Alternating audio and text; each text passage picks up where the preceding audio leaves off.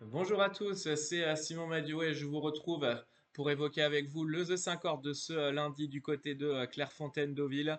Un The 50 qui sera disputé sur les haies avec des chevaudages dans un grand handicap. C'est le traditionnel prix Guillaume Dornano qui ne sera autre que la grande course de haies de Clairefontaine-Deauville.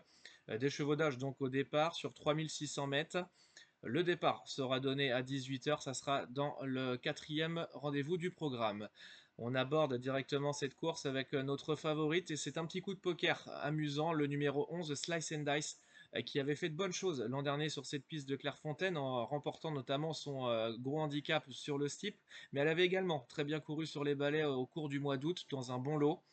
Elle a ensuite eu quelques problèmes de santé, elle a fait une rentrée en plat qui était nécessaire, puis a bien couru du côté des Sables d'Olonne en dernier lieu, où elle a terminé dans un style intéressant. Ici, elle va retrouver les handicaps en 56,5, elle se retrouve bien placée, elle va apprécier le terrain rapide du jour et aura de la fraîcheur. Avec un bon parcours, cette pensionnaire de William Menuet est vraiment capable de venir mettre tout le monde d'accord. À une cote intéressante, c'est notre coup de poker, ce numéro 11, Slice and Dice. En deuxième position, le numéro 10, Autobello, qui manque de référence, bien évidemment. Ça sera son premier handicap. Mais le cheval de Arnaud Chaillet-Chaillet et François Pamard a fait de bonnes choses durant le printemps. Il a gagné très facilement à Toulouse après avoir fait troisième d'un bon lot à Nantes. Il va donc découvrir le handicap en 58,5. Et il n'a pas couru depuis le mois de mai, mais le cheval a vraiment une bonne carte à jouer en termes de valeur. Dès sa rentrée, il est en mesure de jouer un premier rôle. En troisième position, on retrouvera le numéro 13, Cristal du Seuil. Alors, elle n'a pas encore réussi à gagner cette saison, mais elle a souvent été la note, hein. Ça a encore été le cas en dernier lieu du côté de Dieppe. Le coup d'avant à Lyon-Parilly, elle venait comme pour gagner à l'avant-dernière haie avant de tomber. Ici, elle se retrouve en bas de tableau avec Félix de Gilles. Si son jockey arrive à filer les bons dos, à être pas trop loin à l'entrée de la ligne droite, la pensionnaire de Michael Serror pourrait encore terminer très vite et peut-être conclure sur le podium de ce 5 cordes. En quatrième position, on aura le numéro 5 Amandio qui est véritablement transformé. Depuis qu'il est dans les box de Noël Georges et Amanda Zetterholm, il a gagné 3 handicaps de suite. Dernièrement à Dieppe, ça s'est un tout petit peu moins bien passé, il termine cinquième, mais il s'est montré brillant durant le parcours. Il a eu un bon coup de mou à la sortie du tournant final avant de se relancer correctement. Il a sans doute été un peu trop brillant ce jour-là avec les œillères. Cette fois, il aura que les œillères australiennes. Alors forcément, sa marge de manœuvre, elle est désormais plus limitée. Mais si tout se passe bien, que James Rivley arrive à le détendre dans le parcours, attention à ce numéro 5 Amandiou, il est encore capable de terminer dans la bonne combinaison. En cinquième position, on retrouvera un autre pensionnaire de Michael Serror, le numéro 4, Rock'n'Roll, qui est bien connu des turfistes dans les grands handicaps. C'est vrai que ces derniers temps, il avait un petit peu délaissé cette catégorie. Il s'est retrouvé haut en valeur. Il l'est encore, hein, haut en valeur, mais sa dernière sortie, elle est plutôt bonne. Il est venu finir correctement avant que son jockey baisse un peu les mains pour finir. Mais attention, il a désormais deux parcours dans les jambes, il est sur la montante. S'il peut avoir le bon parcours et venir au bon moment, ce numéro 4 Rock'n'Roll est clairement capable de terminer à l'arrivée.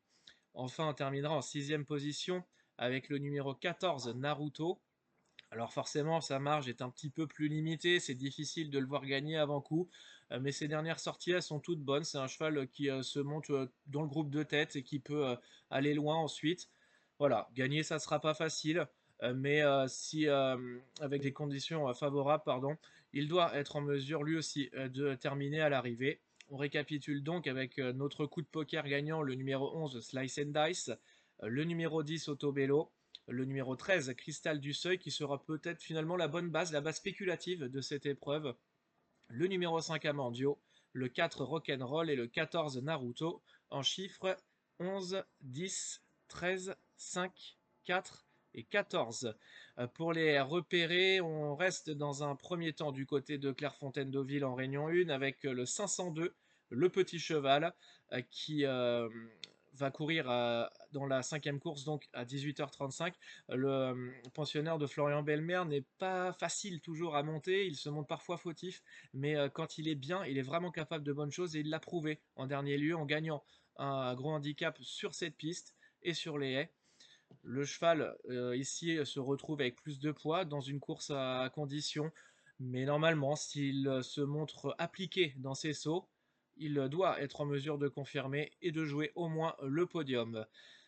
On ira ensuite en Réunion 2 du côté de Divonne-les-Bains, ça sera en trot avec le 803 Indusval, départ de la course à 15h30. Le cheval de l'écurie Chesneux est véritablement irréprochable depuis le début de saison. C'est un cheval qui en plus a de très bonnes lignes. Ici, il se retrouve idéalement engagé. La distance un peu courte pourrait un peu le déranger, mais avec ce bon numéro derrière les ailes de l'autostart, avec un bon parcours, il doit vraiment être en mesure de jouer la victoire, même si le lot n'est pas vain, avec notamment la présence du numéro 1 Easterman. Ensuite, on ira en Réunion 4, ça sera du côté de La Teste, avec tout d'abord notre petit coup de folie de la journée, le 502 de Magic Man, qui n'est pas tous les jours, n'est pas toujours facile à monter. Mais attention, hein, car ce cheval a vraiment les capacités de bien faire. Il l'avait montré lors de son avant-dernière sortie. Dernièrement, il s'est retrouvé sans doute un peu loin, peut-être sur une piste un peu souple. Ici, il a tiré un bon numéro. Il se retrouve en haut de tableau d'un handicap. Si tout va bien et qu'il peut avoir le bon parcours, il pourrait renouer avec le succès ce 502 de Magic Man. Et puis enfin, on terminera avec le 608 Magic M qui enchaîne les bonnes sorties dans les, dans les handicaps. Pardon. Le cheval dernièrement, il est venu comme pour gagner et puis c'est un tout petit peu éteint pour finir. Peut-être que la distance était un peu longue. Ici, il va retrouver les 2400 mètres. Il aurait peut-être préféré une piste un peu plus souple, mais normalement, avec un bon parcours, il doit être capable de terminer sur le podium. On récapitule donc avec en Réunion 1 le 502, le petit cheval, départ 18h35. En Réunion 2 du côté de Divonne, le numéro 3 dans la 8e, le 803 Indusval, départ à 15h30. Et en Réunion 4, la petite folie du jour, le 502 de Magic Man, départ à 16h22. Et le 608 Magic M, départ à 16h57. Demain, vous retrouverez Laurent. Moi, je vous retrouve samedi du côté de Deauville. Et puis, avant de vous quitter, n'oubliez pas de vous abonner à la chaîne YouTube The Turf pour recevoir chaque jour nos pronos en 6 chevaux. N'oubliez pas non plus de télécharger l'application The Turf pour avoir toutes les informations utiles à vos jeux. Il ne me reste plus qu'à vous souhaiter une bonne journée. Et puis surtout, avec The Turf, ça va aller.